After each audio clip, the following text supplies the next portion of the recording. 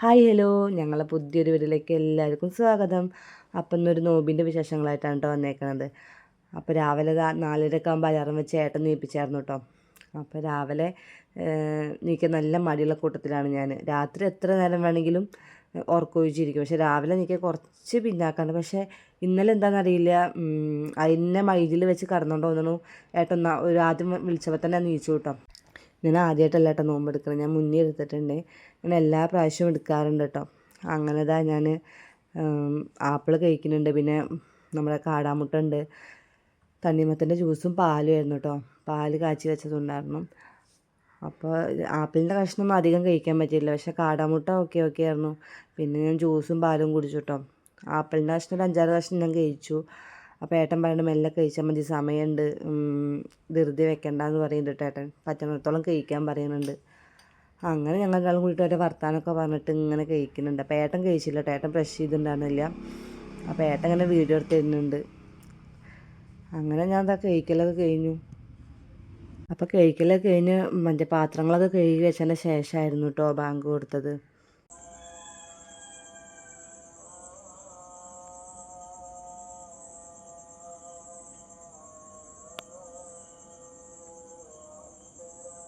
അപ്പോൾ ബാങ്ക് കൊടുത്തതിന് ശേഷം കുറച്ച് നേരം ഫുഡ് കഴിച്ചതെല്ലാം വെച്ചിട്ട് അവിടെ ഇരുന്നു കേട്ടോ. പിന്നെ അത് കുറച്ച് നേരം പോയി കടന്നു. പിന്നെ ഒരു 8:30 ആകുമ്പോഴാണ് നീച്ചത്. അപ്പം നേട്ടന് ജോലി ഉണ്ടായിരുന്നില്ല. അപ്പോൾ ഞാൻ ചെടികളൊക്കെ വെള്ളം നനച്ച് കൊടുക്കുകയാണ് കേട്ടോ. അപ്പോൾ 2 നേരം നനയ്ക്ക്. കാരണം നമ്മൾ ഈ മനുഷ്യന്മാരെ പോലെ തന്നെ അല്ലേ, വാടി നിൽക്കണ്ടാവും കേട്ടോ ഒരു നേരം നനച്ചില്ലെങ്കിൽ. ഇപ്പോൾ വീട്ടിലേക്കൊക്കെ പോകുമ്പോൾ ഭയങ്കര ഇടങ്ങാറാണ് കേട്ടോ. ആ ഒരു സമയമൊക്കെ ആകുമ്പോഴേ നനയ്ക്കാൻ പറ്റില്ലല്ലോ, അതിൻ്റെ ഒരു ഇടങ്ങാറാവും. അങ്ങനെ ചെടിയൊക്കെ നനച്ചു. അപ്പം ഇവിടെ തുമ്പിക്കുട്ടിയുടെ ചെരുപ്പ് അപ്പുറത്ത് കിടക്കുന്നുണ്ട് കേട്ടോ. അപ്പം ഞാൻ ആദ്യം ഓസ് എടുത്ത് വീശിയപ്പോൾ കുറച്ച് ചളി അതിലായിട്ടോ തെറിച്ച് ആയി. അപ്പോൾ അവൾ ഇട്ടായിരുന്നു. അപ്പോൾ ഊരിയിട്ട് ദേഷ്യം കൊണ്ട് പോയി അവിടെ നിന്ന് ഇങ്ങനെ എണ്ണി പറക്കുന്നുണ്ട് കേട്ടോ. അപ്പം ഞാനിങ്ങനെ നനയ്ക്കുന്നുണ്ട്, ഇടയ്ക്ക് അവളെ നിന്ന് നോക്കുന്നുണ്ട്. ഞാൻ എൻ്റെ പണിയോട് ഇങ്ങനെ ചെയ്തുകൊണ്ടിരിക്കുകയാണ് കേട്ടോ. ഇതൊക്കെ നമുക്ക് സന്തോഷം തന്നെ ഒരു കാര്യമല്ലേ. അങ്ങനെ ഞാനിങ്ങനെ ചെയ്യുന്നുണ്ട്. അപ്പോൾ ഏട്ടൻ പുറത്ത് പോയിക്കായിരുന്നു കേട്ടോ. അപ്പോൾ അവളിങ്ങനെ എണ്ണി പെറുക്കുന്നുണ്ട് എന്നോട്. പിന്നെ ഞാൻ കുറച്ച് കഴിഞ്ഞപ്പോൾ തിരുമ്പാൻ ഇറങ്ങിയിട്ടോ.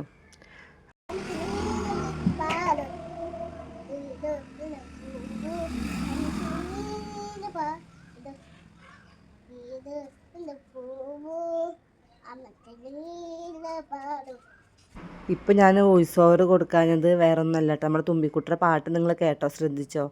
ആ പാട്ട് മനസ്സിലായിരുന്നു കമൻറ്റ് ബോക്സിൽ വന്നിട്ട് പറയണേ. അപ്പോൾ എനിക്കത് അതിലവിടെ വോയിസ് ഓവർ കൊടുക്കാൻ പറ്റിയില്ല കേട്ടോ. പറ്റിയില്ലെന്ന് പറഞ്ഞാൽ എനിക്ക് ആ പാട്ട് കേട്ടപ്പോഴേ ഭയങ്കര ഒരു ഇത് വന്നു. അപ്പം ഞാനവിടെ വോയിസ് ഓവർ കൊടുത്തില്ല. പിന്നെ ഞാൻ തോർത്തില്ല. അപ്പം അത് അത്ര നേരം തെറ്റി നിന്ന ആളാണ് കേട്ടോ ആര്, നമ്മുടെ തുമ്പിക്കുട്ടി. പിന്നെ കണ്ടപ്പോൾ ഇതൊന്നും ഞാൻ ശ്രദ്ധിച്ചില്ല കേട്ടോ. ഞാൻ എൻ്റേതായ പണിയിൽ ഞാൻ അങ്ങനെ മുഴുകി ചെയ്യുമ്പോൾ ഞാനും ഇതിങ്ങനെ എഡിറ്റ് ചെയ്യാൻ വേണ്ടിയിട്ട് ഇങ്ങനെ പ്ലേ ചെയ്തപ്പോഴാണ് ഞാനിത് ശ്രദ്ധിച്ചത് കേട്ടോ. അപ്പോൾ എനിക്ക് ഭയങ്കര ഇഷ്ടമായി. ഞങ്ങളിത് ആ തോർത്തിരലൊക്കെ കഴിഞ്ഞപ്പോൾ ഞാനും തുമ്പിക്കുട്ടിയും കൂടിയിട്ട് കുളിച്ചു കേട്ടോ. അപ്പോൾ ഏട്ടൻ ഇവിടെ ഉണ്ടാകുന്നില്ല, ഏട്ടൻ പുറത്ത് പോയിക്കായിരുന്നു.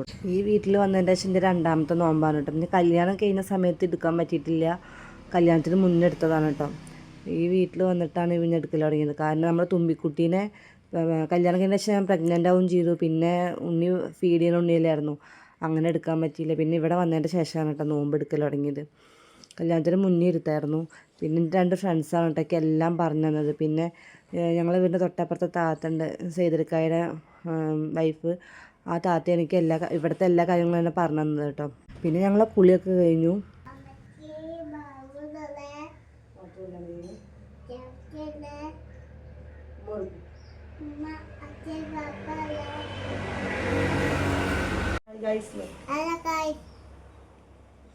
കൊച്ചു കളി എന്ത് ചെയ്യണ്? പുട്ടിയും പിന്നെ എന്ത് പാപ്പേ?